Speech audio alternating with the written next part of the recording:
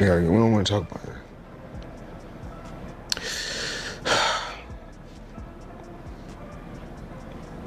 We're gonna get through this.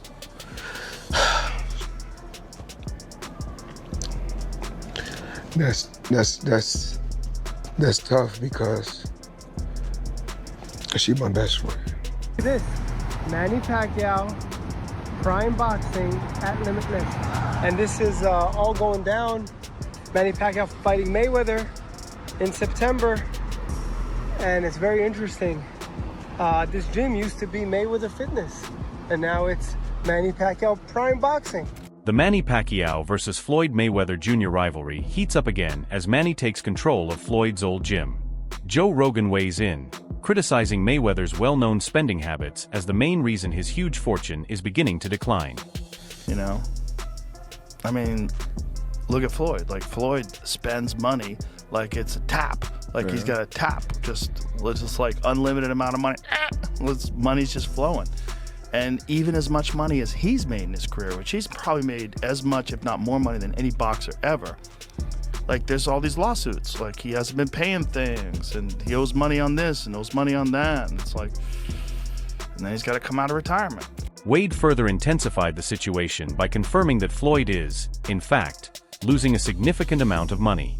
That there had to be something up with Floyd coming back to fight Manny in a pro fight. That's how it was announced on Netflix. And I also know for a fact that Floyd is operating at a deficit right now. He is not making money, he is spending money or losing money. It's not going well for Floyd Mayweather's financials. And for all the examples we've seen, him suing Showtime for $300 million, him foreclosing on multiple properties, him losing on investments on multiple properties, him buying a lot of depreciating assets, and him all of a sudden looking to box very much in the year 2026. Floyd losing money Mayweather, as the chatter says, is in dire straits financially. Now again, is he got more money than me? Yeah, but he also spends a lot more money than me. Following the reported gym move, Jaws Mather cautioned Floyd that pulling out of the September fight could lead to additional financial consequences. Case, it's a bit different because Netflix paper is a AAA paper and you can get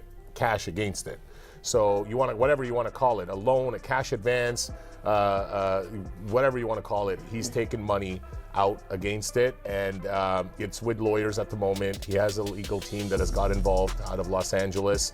They've reviewed everything. There's no real way out at all. Everything is intertwined together between all these contracts and, you know, collateralized against the loan and so on and so forth. Documents were notarized. We have text messages. We have all kinds of things. So it's not, you know, it's not like he didn't know what he was signing. He definitely knew what he was signing. He definitely knew what he was getting himself into. But what can I say? I mean, at some point, things just get real. In addition, Jason Whitlock criticized Floyd's lifestyle, stating that his constant urge to show off has already had consequences, highlighting harsher realities. All across social media, there are rumors and stories coming out about Floyd Mayweather, him auctioning off property, him being in bankruptcy, him being out of money, and that's why he's going to fight Mike Tyson. Saw this incredible tweet where a guy listed all the things Floyd Mayweather wasted money on while living in Las Vegas and just living for the culture.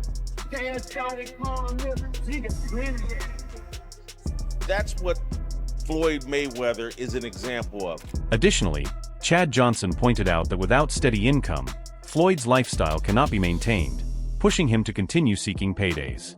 If you think about it, I mean, I love Floyd. I love the lifestyle. I love Floyd, the boxer, as well.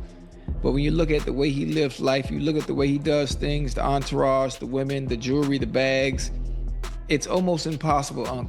And you would understand that, Joe, you would also understand it. It's impossible to maintain a lifestyle like that when you're not still fighting. Unless you got $200, $300 million coming in. It's impossible. You know? I mean, because you got money going out and ain't got well, you don't have enough coming in to maintain it.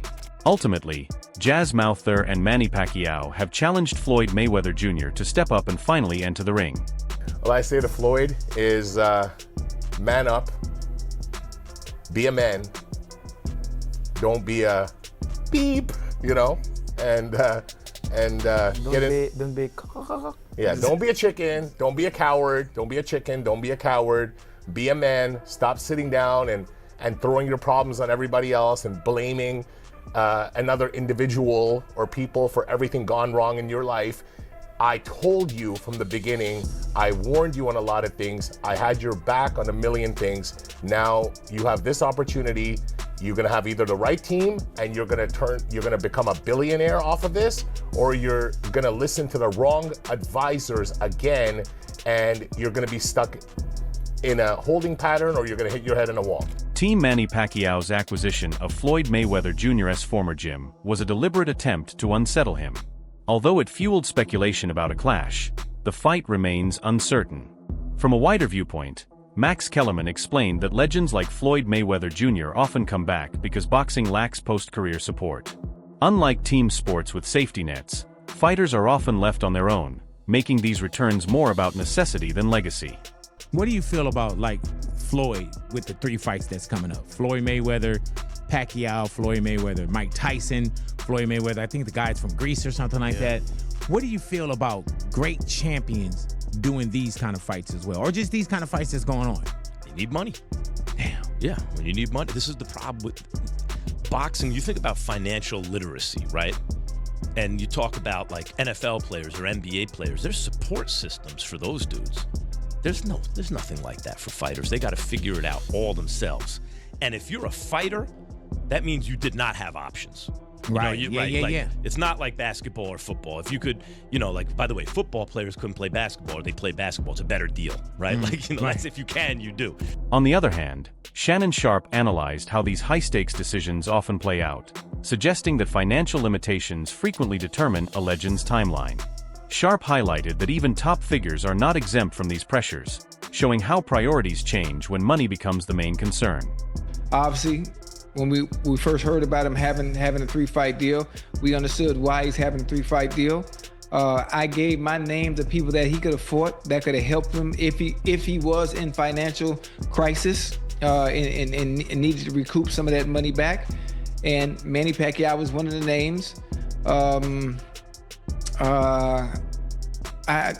It's crazy that it's even got to this point. I don't even know what to think about it at this point. Obviously, signing multiple deals and getting in advance and having them pay you ahead of the fight. I mean, is that normal? Does that happen? Ocho, I've known players that they burn through their money.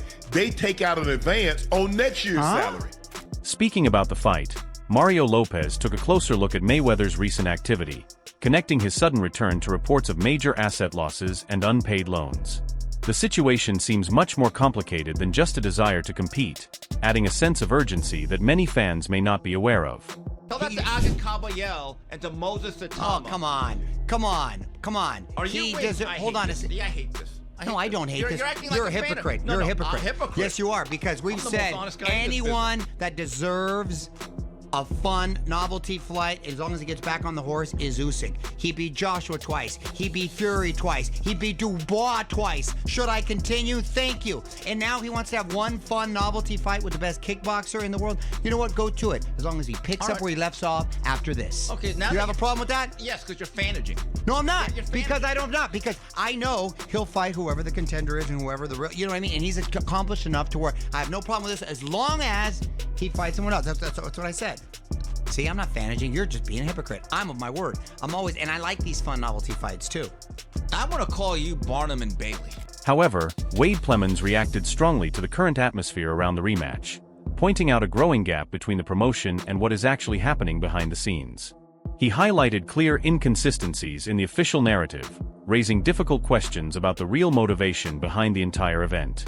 Floyd Mayweather and Manny Pacquiao fight. I knew that there had to be something up with Floyd coming back to fight Manny in a pro fight. That's how it was announced on Netflix. And I also know for a fact that Floyd is operating at a deficit right now. He is not making money, he is spending money or losing money. It's not going well for Floyd Mayweather's financials. And for all the examples we've seen, him suing Showtime for $300 million, him foreclosing on multiple properties, him losing on investments on multiple properties, him buying a lot of depreciating assets, and him all of a sudden looking to box very much in the year 2026. Floyd losing money Mayweather, as the chatter says, is in dire straits financially. Now again, is he got more money than me? Yeah, but he also spends a lot more money than me. Continuing the report, Plemon highlighted confusion around the bout's presentation, noting that the fight being promoted to the public differs from its technical descriptions.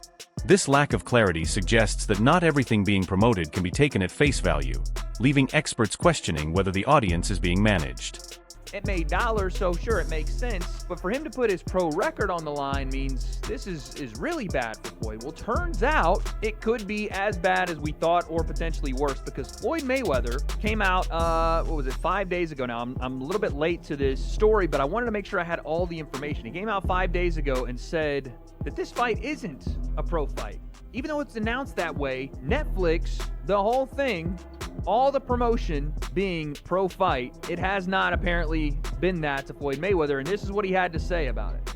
The fear is one of the places that they talked about, so we don't know if it's 100%. As the tone intensified, shows the adult spoke on Manny Pacquiao's mentality, highlighting the mindset that helped him achieve what few ever have.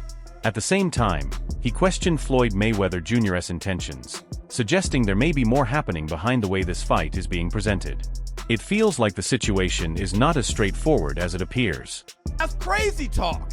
Manny Pacquiao is one of those crazy ones, man. That's why he did stuff and accomplished things, 8 divisions and all that stuff that, I mean, it just can't happen anymore, right? Manny Pacquiao did that crazy, what Bud Crawford did last year, just the psycho Sam Langford shit, right? The Henry Armstrong shit, the Tyson Bale.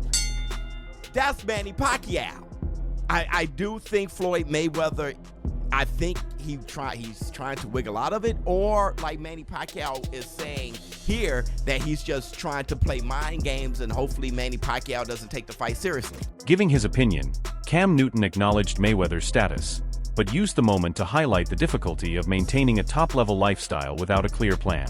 Newton stressed that even the highest earners can see their wealth become a burden without long-term planning, showing that earning power means little without discipline.